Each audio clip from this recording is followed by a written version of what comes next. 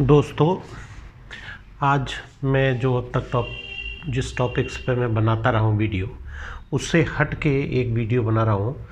और मैं ये समझाना चाह रहा हूँ उसके पीछे का कंसेप्ट। जो चीज़ें हमने अपने जूनियर हाई स्कूल में पढ़ी होंगी उस लेवल पर, वो किस तरह की हैं, और ये ख़ास तौर से जो लोग पढ़ाई कर रहे हैं उनके लिए ये काफ़ी महत्वपूर्ण वीडियो होगा।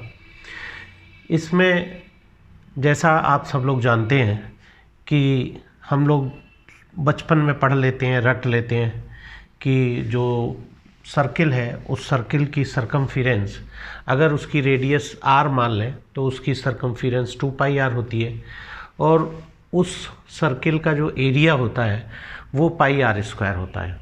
लेकिन ये दोनों फार्मूले कहाँ से आते हैं ये जानना बड़ा इंटरेस्टिंग है, और ये मुझे बहुत अच्छा लगा, तो मैंने सोचा कि इस पे एक वीडियो बना दूँ। जब आप बचपन में पढ़ रहे होंगे तो उस समय आपको पढ़ाया जाता है कि जब भी कोई एक सर्किल अगर हम खींचें तो उस सर्किल का और उसके डायामीटर का एक प्रॉपर्टी होती है, उसमें एक गुण होता है उनका। और ये गुण ऐसा होता है कि अगर हम सरकमफेरेंस की डायामीटर से भाग दे दें तो ये हमेशा एक कांस्टेंट नंबर आता है। यानी अगर हिंदी में इसको कहें तो परिधि को अगर व्यास से भाग दे दें तो ये कांस्टेंट नंबर आता है। जैसा आप जानते हैं कि परिधि जो आउटर पेरीमीटर है उसको परिधि कहते हैं, और इसके सेंटर से दो अपोजिट पॉइंट्स को अगर हम मिलाएं तो वो जो डिस्टेंस होगी वो डायमीटर कहलाता है। तो इसका ये जो प्रॉपर्टी है कि सरकमफेरेंस अपॉन डायमीटर, ये हमेशा एक कांस्टेंट आता है। ये प्रॉपर्टी लेकर के इस पे आप ये समझिए कि यहाँ से ज्योमेट्री की एक तरह से ये बेस है और वहीं से इसकी शुरुआत हुई है। तो अगर आप बेस इसको समझ लेंगे तो आपको आगे बहुत आसानी होगी और मैथ आपको बहुत ही इंटरेस्टिंग और अच्छा सब्जेक्ट लगने लगेगा। तो चूंकि सरकमफेरेंस अपॉन डायमीटर ये एक कांस्टेंट है, इस कांस्टेंट की वैल्यू हमेशा 22/7 आती है, और इसको हम पाई से डिनोट करते हैं।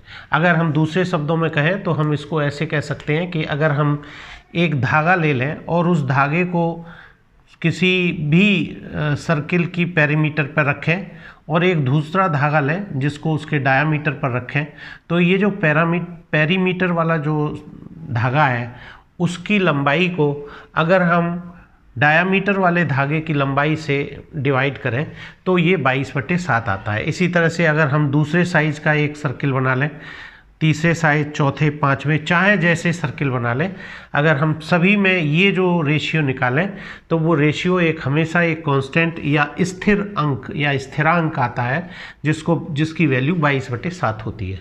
तो ये जो प्रॉपर्टी है ये बेस है, और इसी प्रॉपर्टी को लेकर के इस प्रॉपर्टी का फ़ायदा उठा करके आप कह सकते हैं हमने आगे ये काम किया है।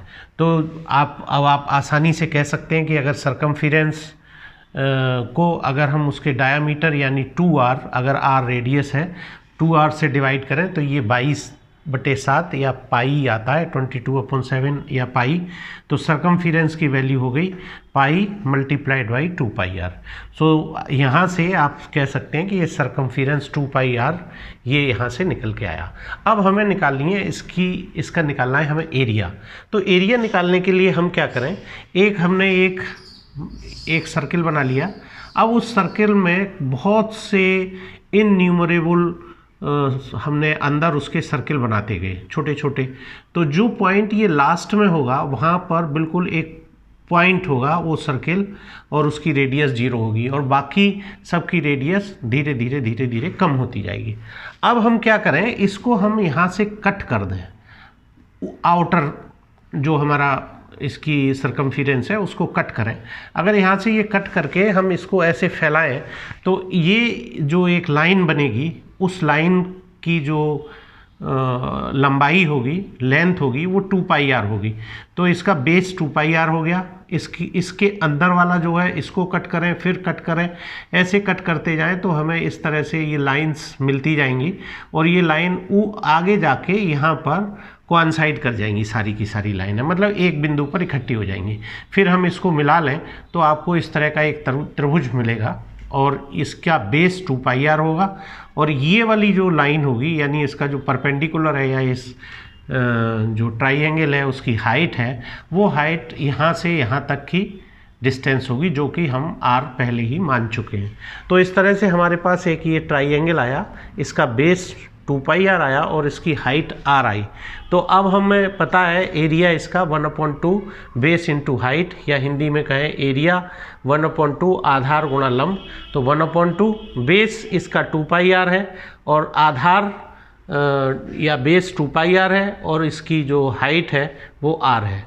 तो इस तरह से इसका एरिया पाई आर स्क्वायर हो गया। तो ये दोनों फार्मूले आप समझ गए होंगे कि किसी भी सर्किल की जो सरकमफेरेंस है वो 2 पाई आर होती है और उसका एरिया पाई आर स्क्वायर होता है। अब इसको लेकर के, इसको बेस लेकर के हम इसी को कोन का जो उसका सरफेस, टोटल सरफेस एरिया है या बेस का सरफेस एरिया है या सिलेंडर का एरिया है, वो हम निकाल सकते हैं। तो आपने इस तरह से देखा कि एक बेसिक प्रॉपर्टी पता होने के बाद में हमने इस पूरे दोनों फार्मूले इसके बहुत आसानी से निकाल दिए।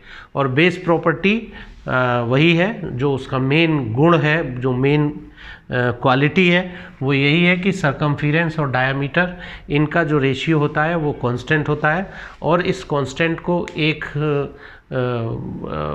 जो लेटर है पाई, उससे हम डिनोट करते हैं।